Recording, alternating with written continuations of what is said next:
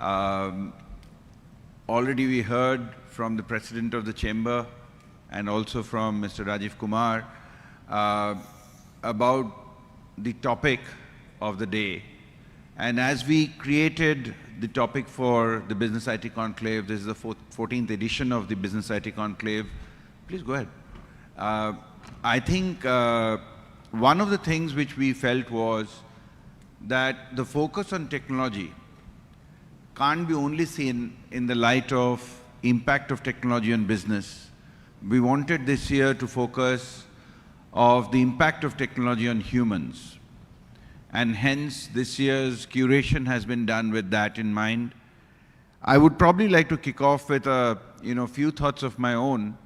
And I think Mr. Rajiv Kumar touched upon a few very, very important points which I wanted to highlight, which are not only important from a technology perspective, but also from an India perspective. The first thing is that I think the world that we see for tomorrow is definitely going to be tech-powered, but at the same time, that same world is going to be human-led. And I think we do not see a world where the human ingenuity can be totally taken over by the ubiquitous tech that we see everywhere. And I'll tell you why I think so. We had a session on AI, and Prasun did a wonderful job.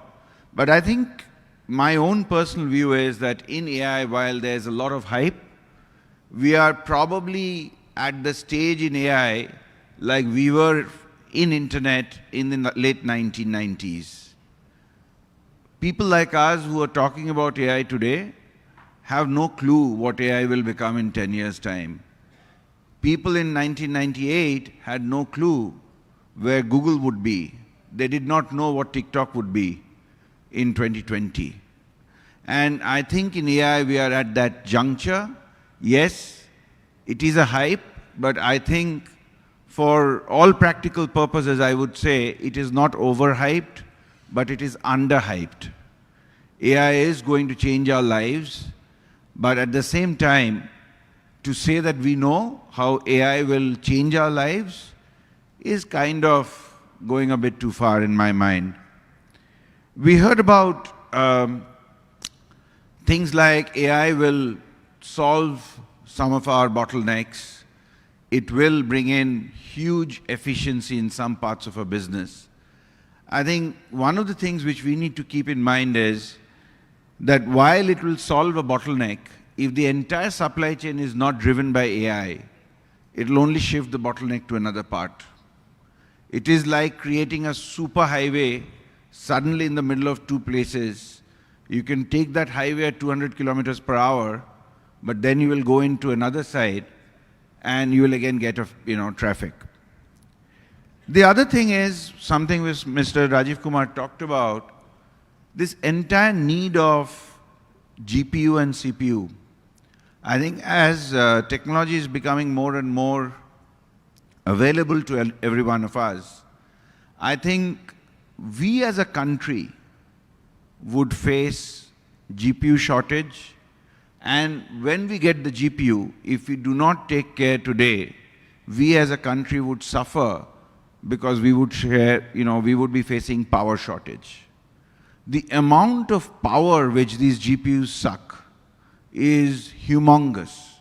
And as we try to use more and more AI in our lives, I think India needs to solve the power crisis if it has to ride the AI wave. Right now, the power can become the more limiting factor for our AI growth as a country than just the access to GPUs. India has, of course, done brilliantly, and we'll hear today, from Mr. Sanjay also about what we have done on the IT side. But overall, India has done a brilliant job of creating an IT superway. I think the way we have been able to bring digital into each of our lives is amazing. But at the same time, if we do not solve some of these broader issues at a policy level, at a regulatory level, we will struggle. India will take some time before things which are already happening in the West, like autonomous cars. We have cars running around in San Francisco. They have completed about 50 million miles without any, fender scratch. India will take some time to get there. But if you look at India, which is having so many languages, so many different cultures, latest technology around multilingual, generative AI-based frameworks, where it can not only talk to you in different languages, it can also talk to you in different, with different feelings. You want them to talk a bit aggressive, you want them to talk a bit more softer, you want them to talk talk in a more supportive way, in a more empathetic way. All these are realities which can come into India in a big way, and I think Mr. Chakraborty talked about it, that it will solve the reach issue for us. And definitely it will change the jobs of the future. I think some of the jobs which are coming up now, like prompt design manufacturers, prompt design managers, visual artists, I think these were not even heard of, probably just a few years back. But the coding needs will remain. I think AI can probably at this stage be more of a companion, more of a co-pilot. And some of these terms are being used by some of the large, cloud providers in the world. But as a co-pilot, it will not yet become the pilot. As a companion, but it will not yet fully do the coding. And to that extent, the coding needs would continue. Yes, some of it will be taken over by AI, but we are looking at probably close to 500 million apps which would be created over the next 3 years in this world. And to that extent, the jobs will change, but some of the jobs will also remain. So with that as a context, maybe I'll move around this August panel. We have Surinder Gupta ji from MSTC. Mr. Gupta, maybe I'll start with you. Your views around the e-commerce revolution and what you think would probably make the change in the next 1 to 18 months, 1 year to 18 months. Thank you. Thank you, Mr. Basu. We had a very interesting topic today, and Mr. Rajiv, Principal Secretary, IT West Bengal, has taken us through the basically evolution of mankind to mechanical revolution and now the IT revolution. Mr. Chakraborty has very well said that none of us is left untouched by IT when we are sitting here. Not only we, even the last man in the country is perhaps some way or other affected, connected with IT as on date. There's a lot of discussion, as Mr. Basu has put us across, that AI, what it will be. I agree that still we are at the tip of iceberg as far as the AI is concerned, and we never know where it will finally reach, evolve. But one thing I'm sure, any system designed by human being, human mind, cannot match the human capabilities. So, whatever technology, whatever systems we develop, it has to be controlled and it has to be led by the humankind only. Of course, in the process of evolution, there will be ups and downs, there will be uses, there will be misuses. So everything will be taken care of as we progress further, the mankind progress further. From this, being in government sector, MSTC is a e-commerce company. and we have seen the changes it can bring in the processes.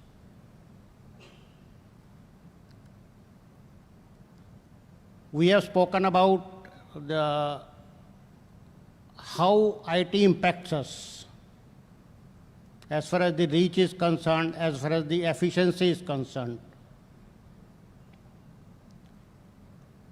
Apart from the efficiency and reach, IT is a big transparency tool.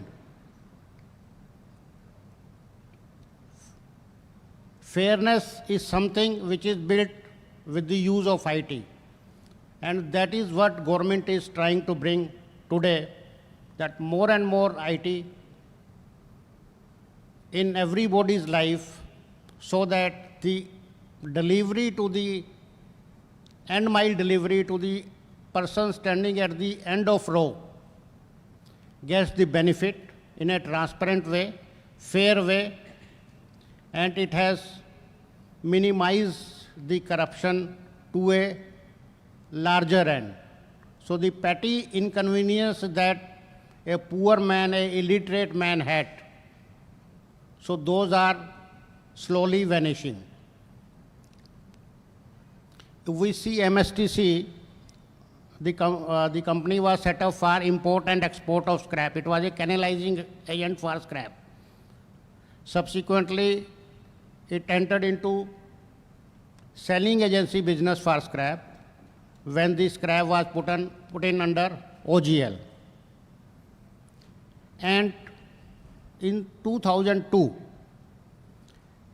MSTC took a very, I'll say, baby step.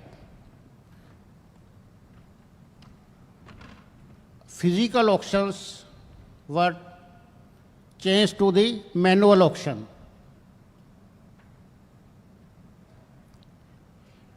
If we all know how the scrap is sold and dealt, perhaps the scrap dealer are one of the most, I'm talking of 2002. The scrap dealers were mostly illiterate person. They had a lot of money, but very limited education. We could see many of people were put their thumb impression. They couldn't even sign. But that was the kind of community who very well accepted this change. Their next generation came. Now the situation has come, and in country, there's hardly any physical auction, not only scrap, perhaps each and everything is going through e-auction mode only. Even Supreme Court has said that any government resource has to go through the auction mode or e-procurement mode. So that is the kind of revolution the use of IT has brought. So from 2002, when we started the scrap auction, after that, almost everything, minerals auctions, mines auctions, were put under scrap.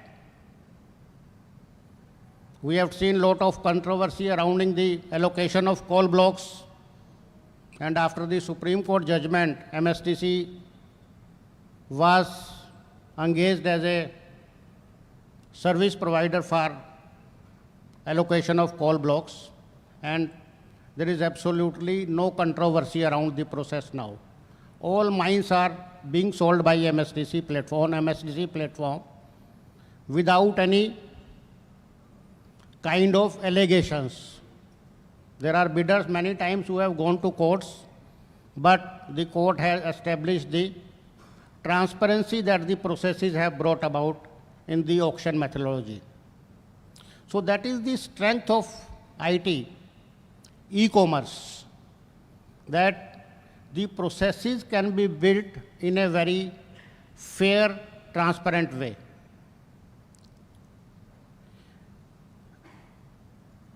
Today, MSTC's volume of business in auctions and e-procurement is more than 3 lakh crore. And MSTC's business is primarily for the government sector. So that is the kind of resources being put on under auction and e-procurement by government. So that's a huge step by the government for making the total processes transparent. All kinds of minerals, the agri-products. Agri-products is another area where we have the people who are very end mile people, the farmers, who may not be, their education level may not be that good. So they are also very well adapting to this kind of IT-based processes, because as the computing power has increased, the processes have been made more and more customer friendly. As Mr. Basu spoke, then language, multilingual. So all the applications are slowly being converted to multilingual platform. So the person knowing whatever language is not important. So it's not only the English or Hindi. So the person can talk to the IT systems in the language of his preference. So that is the power of IT. And another thing is, now with the spectrum auctions going on, where MSTC has contributed by allocating the spectrum 4G as well as 5G, now government is in process of allocating satellite space-based auctions, S-band, C-band, KU-band, KA-band, where the end mile will be much more important.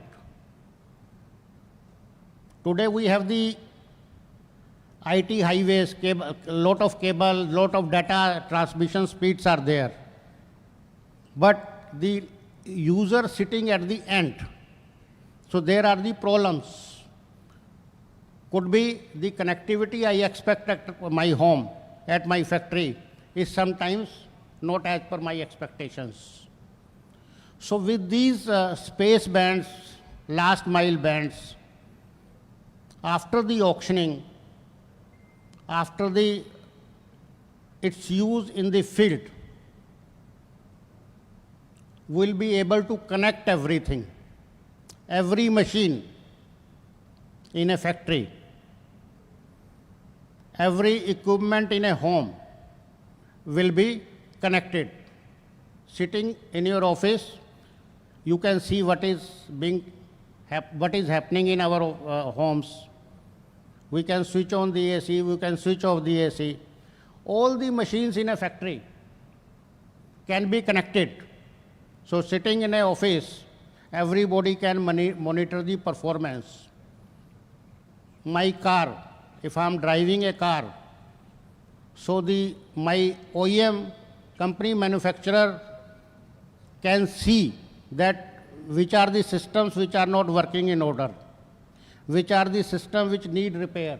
So perhaps they can give us an input that your vehicle needs to go to a workshop for a checkup or some kind of repair. So that is the kind of power it is going to bring in our hands. So these are the things, some things we can visualize as on time, as on date. But there are things which, as Mr. Basu pointed out, we cannot visualize, and they may become reality in due course. So what I can say is very interesting time ahead for the people of our generation, and especially the people who are young, our kids, our grandsons, granddaughters. Definitely they will see the much better time ahead. And I will compliment the Bengal Chamber of Commerce, who has organized such a beautiful conclave. I'm sure by all the networking and connections, we'll have a lot of input in the technology. Thank you. Thank you. Thank you, Mr. Gupta. So maybe we'll go over to a technologist, and Mr. Sadashiva, maybe would be good to hear your views about, as you hear about the business side of things, the necessity of, I would say moving to hybrid cloud deployments, how different industries are, sort of adopting that. And, some of your thoughts around the best practices maybe of such deployments. Maybe if you can elaborate a bit for us. Thanks, Arnab, and morning to everyone. So interesting conversation. I just want to start with what happened in the morning today. I was taking a flight out of Bengaluru and coming here, and there was this elderly gentleman who was talking about ChatGPT to one of his grandson, perhaps. And he was saying, is there an app for all of this? And can I download this? What can it do? It was a side conversation, but that triggered a thought, right, in terms of where technologies are really coming into play today. We are talking of a lot of AI-based capability in technology space today, and the number of use cases are tremendous. Infinity is the number of use cases that you can really have. So in that context, I would just want to throw back a few things in terms of the other changing paradigms, right?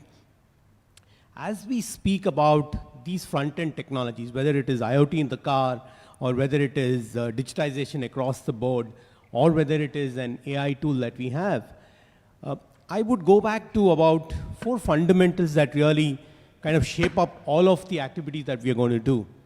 I call it the DECS, D-E-C-S. The D stands here for the data part of it, right? Any artificial intelligence is as intelligent as the data that you would provide to it. And today, looking at data, there are multiple things that you need to worry about. One is the volume of data, the variety of data, the veracity of data. There's so many things that one needs to look at when you're really coming to the active data that you need to put into use. An interesting stat that might astonish you is out of whatever we generate, it's only about 4.7% of data that's really been put into usage today. So imagine if you've seen the movie Lucy, you put your brain to test and it really scales over a period of time. We are actually not doing justice to the amount of data that's there, and you could use it for intelligence. Intelligence means innovation. Innovation means time to market. So long activity around it. The second fundamental I see is around the edge. Edge here, I mean all connected devices. Be it the hundreds of IoT devices that you find in a car, to whatever edge that you have in your planned devices. What's growing here is when you kind of look into that phygital world between what is virtual and what is physical, you will find that you will get connected and you're creating a lot of experiences around it. How do you know that you're going to reach home early today is not by a virtue of staying in this city for this long, but what Google Maps tells you, right? Your conventional wisdom is thrown out of the window and you're looking at a map, right? You better well say that. Or you could be challenged by your wife when you say you're going to come home at 40 minutes and it says it's 1 hour there. So you're going to create a lot of experiences, be it AR, VR as a technology or XR that we saw as a use case here. All of this essentially means that experience quotient and the amount of data that you're going to create at the edge is lopsided. You were creating a lot of data using structured data, SQL and databases and stuff like that. That's out of the window today. You're going to create a lot of data at the edges. 60 to 65% of your data is going to come out of the edge. So that's a foundational change that I see.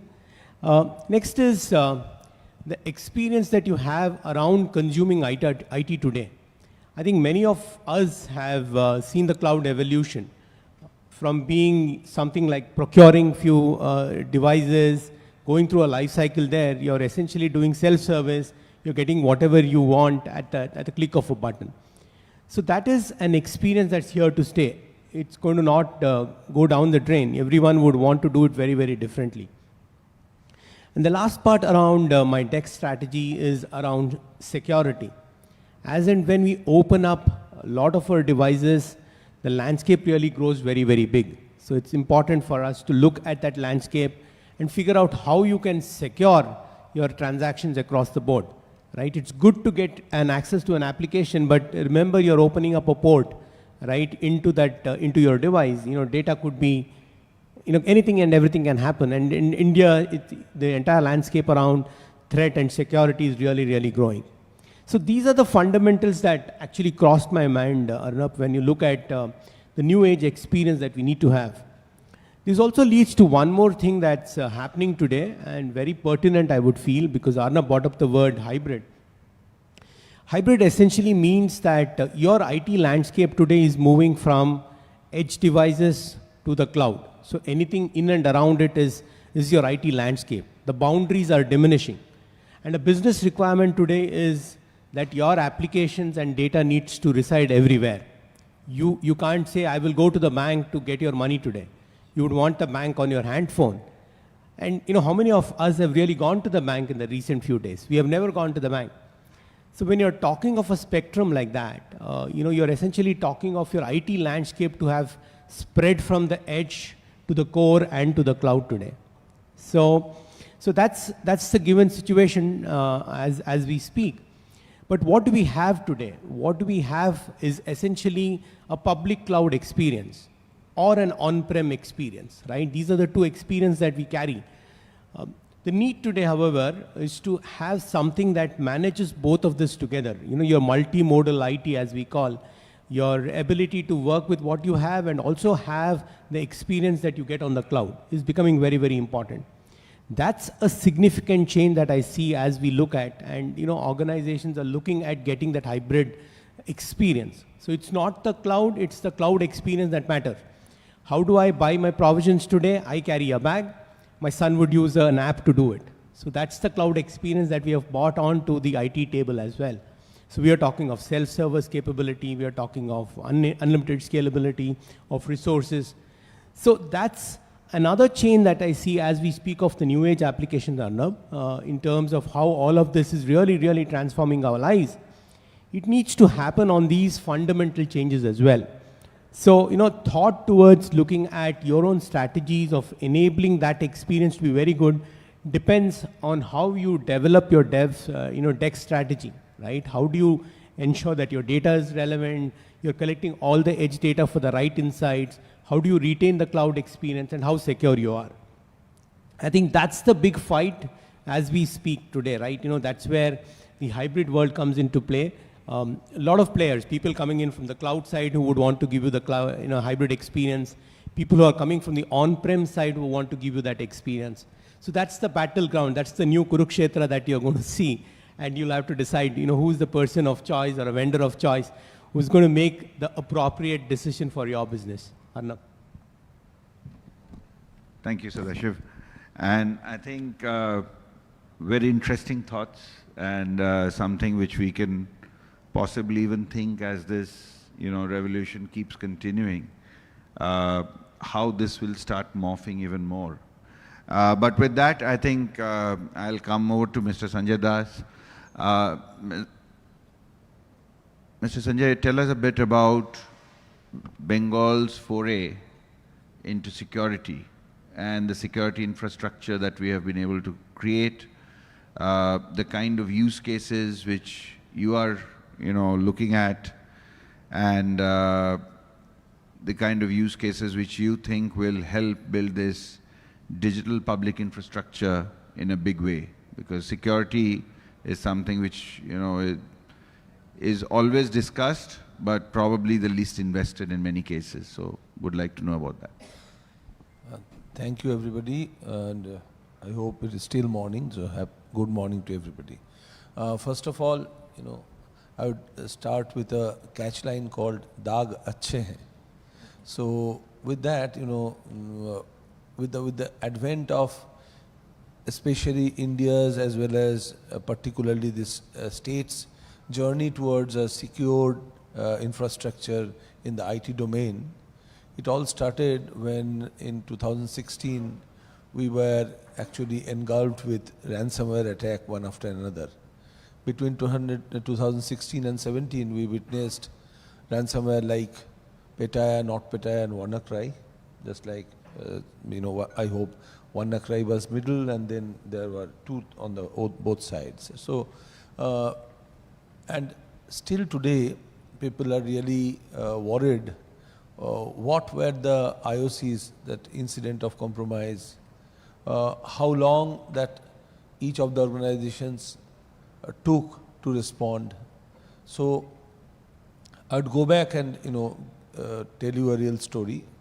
Like United Nations in 1954 actually created disaster management vertical. So they thought that the global change with the global changes, after Second World War, a lot of industrialization was just around the corner happening, on the verge of happening. So they understood that, the world will not be the same. By the time Hiroshima, Nagasaki was there, so a lot of, global warming and other threats to the environment were looming in every possible manner. So they thought that there should be a proper standardized process to deal with disaster.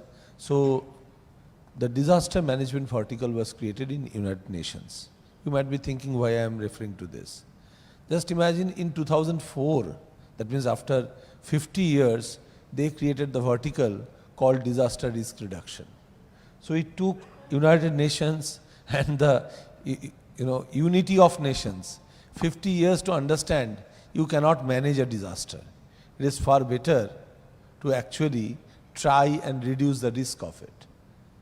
So as we are speaking here, sitting here and talking about information technology, most of our devices are connected to multiple networks or redundant networks. If it is connected to my dongle in my pocket or to the free internet Wi-Fi being provided by Taj City. So, it is continuously identifying.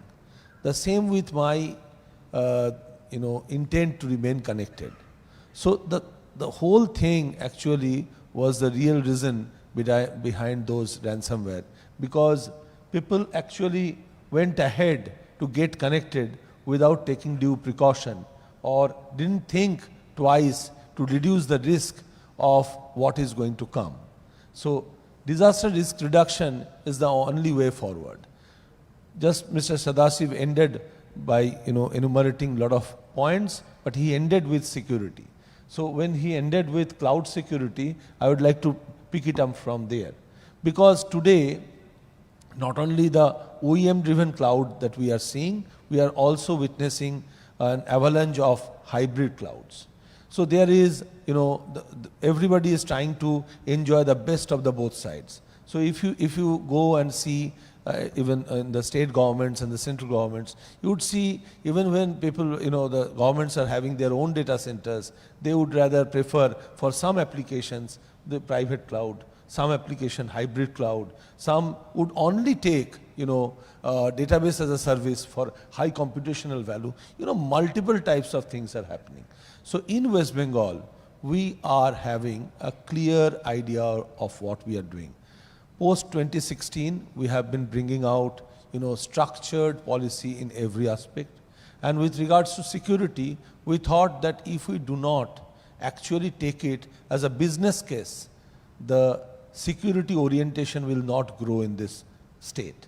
So in the year 2017, we created Cyber Security Center of Excellence. It is nearly 6 years old. So immediately after creating it, we had the first national level conference on cyber security.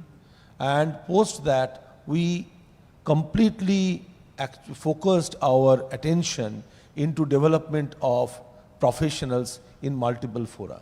That means we actually invested heavily in developing startups in security, then supported a lot of professionals working individually with actually assessing the use case in the government, then handshaking with them to create solutions for those government use cases, then allowing them to conduct POC with the government data.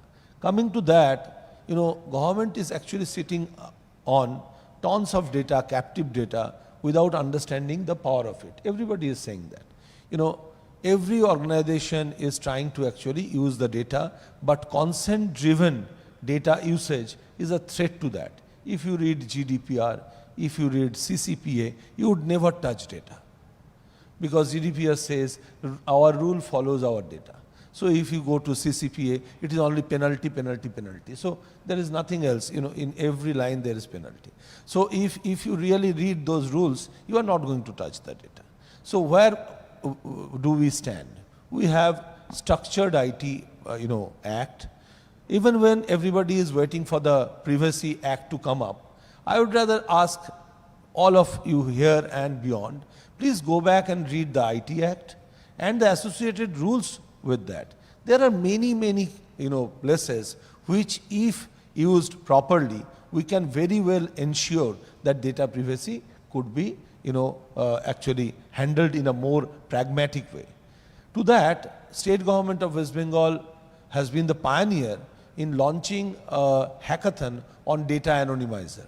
What is data anonymizer? As government is sitting on top of, huge and, great lake of public data or public transactional data. For that matter, let me tell you, most of the, startups today are failing because they are unable to access the live transactional public data, because they are actually, conducting their POC on legacy data. When they are bringing out that solution and allow the users to work upon that, then they are not getting good results, because by that time usage variance led to change of data. So it is high time we shared our public transactional live data with our children who are creating, this startups and all. So how to do that? So that's why it comes anonymizer. Data anonymizer is a tool which actually identifies the attributes in an information which are, particularly person oriented or personally identifiable. They are being identified and strained. That means just like a, strainer. It strains just like tea leaves from the tea. And the anonymized data is created in a data lake. Let me give you an example of data lake. The Aadhaar data is a data lake. You are not giving access to it. That does not mean that it is an anonymized data, because on the other side of it, it is not an anonymized data.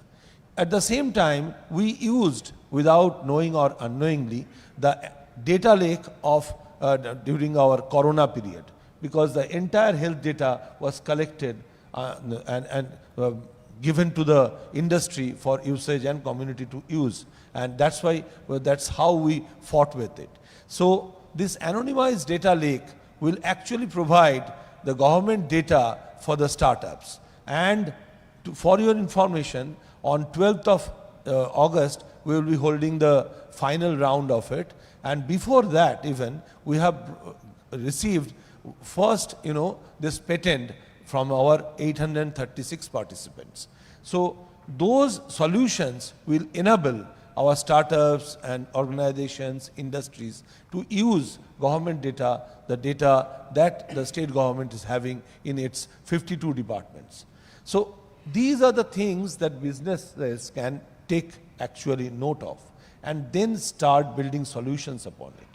When we talk about business insecurity, often the solution providers forget about the expanse of a state government. Let me tell you, our state government has more than 3,600, that means 3600, gram panchayats. 343 blocks. Each of the blocks is having nearly 3 lakh population. 69 subdivisions, 23 districts, and more than 10 crore population. The highest amount of personal consumption in internet, the highest number of dual connectivity in telecom, the highest number of rural women folks using internet. So we are actually at the threshold of a situation, of a time where if business is actually generated upon this, key performance indicators, security will be another key factor to enable it securely. So that's why 5 years back, there was no solution provider, no one who had an office in Kolkata. Today, most of the solution providers are having good offices here. And not only that, they understood the expanse of it. Only 2-3 days back, I sat with Mr. Sudeep Das of Tenable and understood how exposure management system could do wonders for, the entire network and, data centers and the connected systems and devices. So it is high time that government talked to the industry. Industry came and participated with the government efforts, and collaboratively the business ecosystem develops, and that is what is happening in Bengal. And thank you, Mr. Das. So I know that we'll come for maybe a final comment to all of you, but before that, if you have any questions for our panel, maybe we can take a few questions. Yes, please, go ahead. Just tell us who the question is for, please, and then ask your question. Hi, I'm Amar Agarwal and I'm a business consultant. This anybody could answer. AI, or in fact, when we come to securities, small firms, small people, they use just plain simple antiviruses, right? But when it comes to, even they have 10 people, 15 people in the organization, and there are leakages. Data, financial transactions, all sorts of things. Now I have these questions coming to me. I'm not an IT person. And it becomes very difficult for me to, help them. Because whenever they go to a higher category software company, their charges are 25 lakhs, 50 lakhs, maybe a crore or something like that. Now, how do medium-sized companies, small-scale companies, take care of all these issues that we are facing today? And now AI has become something, again, it's a big thing. Thank you so much. I forgot to tell. Actually, just have a seat. In 2020, NASSCOM brought out a report wherein it wrote, actually, if I am not wrong, that around 25 lakh, security professionals were needed in the country between 2020 and 2025. And we don't have 2 lakh professionals. So you understand why we are not having the 2 lakh, more than 2 lakh, because those who are actually getting graduated, post-graduated, or specific certification in security, they are working for MNCs, other countries. Work from home has done that. So most of the MSMEs, just like you are talking about, or startups, they don't have proper type of security consultancy, the thing that I'm referring to here. Similarly, in case of AI and others. So right now, what it is needed, and that's where West Bengal started the you can say revolution. 3 years back, West Bengal created diploma in cyber security, and it got AICTE approved.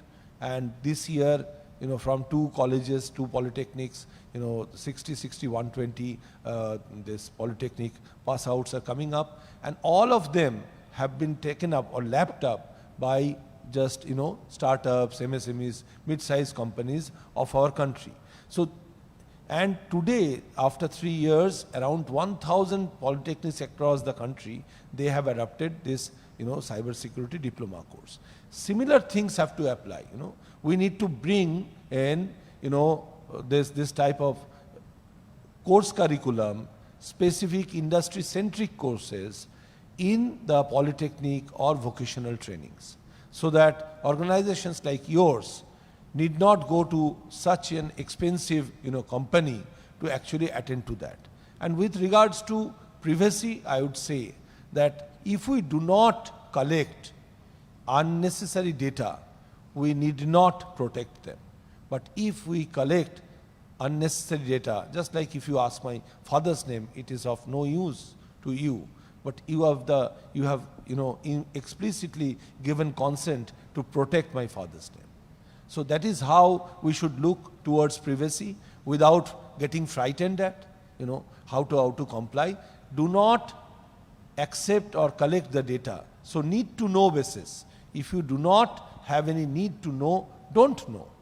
So that is one thing about privacy. And for you, that if we start, creating courses, curriculum in the school, colleges, or polytechnics, vocational level, the products will definitely attend to organizations like yours and crores of others. Thank you. Any other questions? Can I ask one? Yes.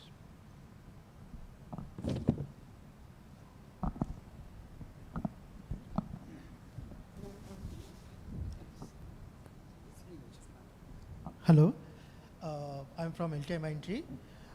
Well, I have a question for all the people around here, that the theme being that we are actually looking for connected devices and we'll be presenting them to our business for acceptance. Now, in this forum, actually we are all talking about AI, isn't it? Now suppose I present a scenario to you that a company comes up with a product where it can fit it to their automobiles, which will sense using the proximity sensors, and it can trigger whether a accident is imminent or not. Okay, and it's going to give you a beep. If the person sitting behind the driver's seat is not careless, then he has to manually switch off the beep so that system understands that he has taken the manual control. If the person is not switching off the beep, then the system is going to park his car to the service lane and is going to dial the emergency services. Now suppose this is a scenario and this is a product which has been created by a company. Now suppose we have got 5 more companies who have also created product in the same lines. Okay. Now these companies goes to a set of business person. They say that, sir, we have got products from 5 companies. Now you being a business person, now suppose you don't have that much expertise in IT right now, but you have got the hunger for acceptance of technology. Okay. So what are the yardsticks based on which you would be actually accepting the product, given that there are 5 providers? Okay. Why I am saying is because in case of our Androids, we have a score known as AnTuTu score, so which actually qualifies the overall rating for an Android device. So when we are talking about the products which are created by AI technologies, don't you think there should be a consortium or a body who should be giving the rating to the product, so that the business who is coming, they should be actually looking into the ratings of that product instead of trying to digest the knowledge of AI and then trying to understand that what features are offered. So this concept of rating of AI products should also be there, isn't it? For a layman business to accept the uses. It's as good as, suppose you go to buy a car, your wife say that, I want the red color car. How about So you you say have to keep the questions short. I would like to take a few more questions. Okay. So I think I've understood your point. So I think maybe I'll attempt to give an answer, and Sadashiv, if you can just add on. See, the technology has to mature for regulation to come in and ratings to come in. As I said before, that AI is very new, and I think it's, even the use cases are being found out as we go along the journey. So there would be different products coming in, different products trying to compete. Some would remain, some would die, some would get, sort of swallowed up by another product company. That's how we have seen most of, the digital technology innovation and the digital revolution happen, where, some companies would grab over some others, and it is a very acquisitive environment for technology. But I think we are all saying that we need regulation, we are all saying we need ratings, but for ratings to come in, the benchmarks have to be, decided. It needs to decide what we want. I think as of today, the world itself is divided as to what we want. But Sadashiv, if you can add on. Yeah, a few things with respect to autonomous cars. I know very closely Zenziac, which is a Volvo company, who's doing autonomous cars globally, and the kind of work that's going there. So, firstly, it's about what you're going to deliver. While looking at AI per se and regulating it, you have ADAS versions that are available and conformance to those versions that really matter when it comes to technology that you really spoke of. So it again goes down to what is the requirement and what is it that you would want to achieve. And the ways and means could be varied, whether it is through AI or whether it is through intelligent data that you've collected, or it is the host of other things that you look at and then bring that intelligence onto it. So, and in terms of maturity of technology, yes, it's still a long way around. You know, we spoke about some regulations that's going to happen, but till then the chaos is going to be there, right? So in that context, you will have to kind of work that through. But let's focus on what's the outcome. You know, instead of regulating AI and doing what it needs to be done, how is it really delivering autonomous car capabilities or ADAS capabilities is what we need to look at. Thank you, Sadashiv. I think, okay, I'll take one last question, sir, from you in the green shirt. Can I take the question? Okay, ma'am, go ahead. Okay, I have a question related to the certification regarding the reliability of AI systems, because some time back I was quite shocked to hear that there was a case, the Steven Schwartz in New York, who was penalized legally because he used ChatGPT and they came up with false cases. So how can this happen in an AI-related environment? And how do we know when we're using something like ChatGPT that the information we are getting is correct and not false? I think this is a very critical part of AI that we need to look at. So Yeah, what are your thoughts on that? I think with generative AI, I think you will probably have more and more situations where you can not really look at a video or look at a report or look at a document and understand whether it's true or false or whether it has been completely generated. Even pictures are, you know, fully digitally generated in generative AI. And I think regulations around reliability are still quite a distance away in my mind. So as I said, we are running a bit against time because we have speakers lined up, and I think as you were saying, that in the IT conclave today we have sessions on connected systems, we have sessions on robotics and automation, we have sessions on infrastructure, another session on generative AI which is going to come up. So I would probably say that, you know, stay on, enjoy the day and listen to some of these speakers who are coming up.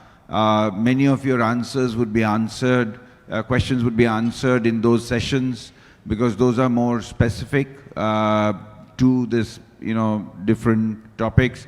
We also have a session with our colleagues from Bangladesh. We have a delegation from there who are also going to discuss some of the issues which they see in their country. But with that, Angana, if I can bring this session to a close, handing it back over to you. I will come over to you and we'll take the question offline. Thank you. So we have come to the conclusion of the formal opening session, and I would request Dr. Chiranjeev Bhattacharya, Co-Chairperson of IT Committee and Chairperson of IT Entrepreneurs and E-Commerce Committee of the Bengal Chamber and CEO of Visatech, to please share with us the way forward. Thank you so much. So my sincere thanks to the learned speakers for the wonderful insights. Sincere thanks to the distinguished guests for your patience. So just to add one point on the way forward, the evolution of products into intelligent and connected devices, which are mostly today embedded in broader systems, has created a radical shift in processes, in organization structures, and relationships. Industry boundaries getting blurred, competition getting redefined. As one of our distinguished guests was speaking about. See, today, a tractor manufacturer does not compete only with a tractor manufacturer. Tractor manufacturing has evolved into farm management, leading to seed optimization, for example, soil and water conservation, irrigation drainage, and analytics.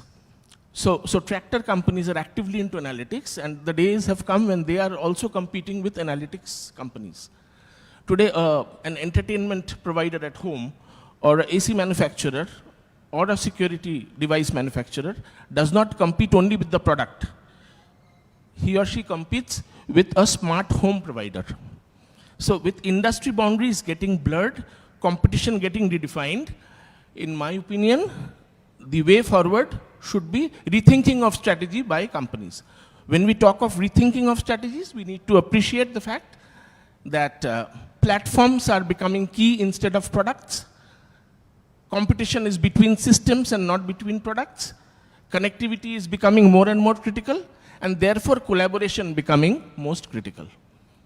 And hence, it's important for companies to start reimagining their business models, reevaluate their value chains, reconnect with customers, and rebuild organizations in terms of skills.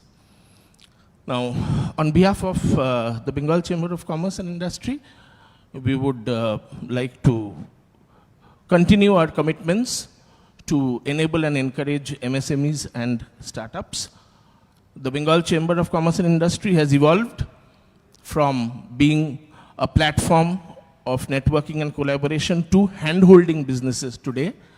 And therefore, our endeavor would be to connect MSMEs, startups with larger organizations, create support, connecting them with VCs, PEs, and other interested stakeholders.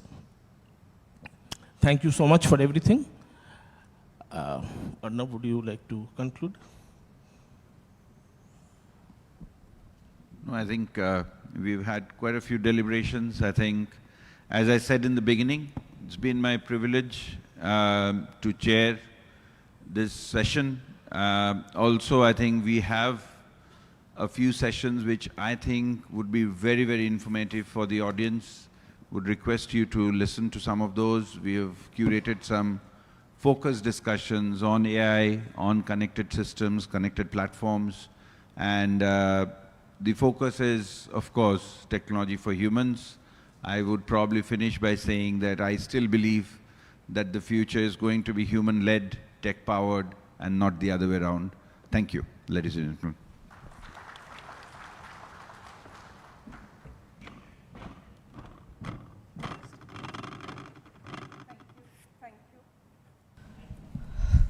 Hello. I would request Mr. Arnab Basu to please present a token of our appreciation to Mr. Surinder Kumar Gupta.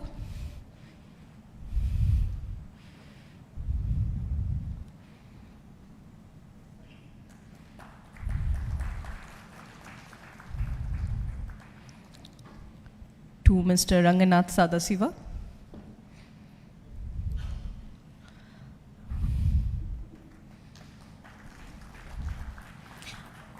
I would request Dr. Chiranjeev Bhattacharya to please present a token of our appreciation to Mr. Sanjay Dash.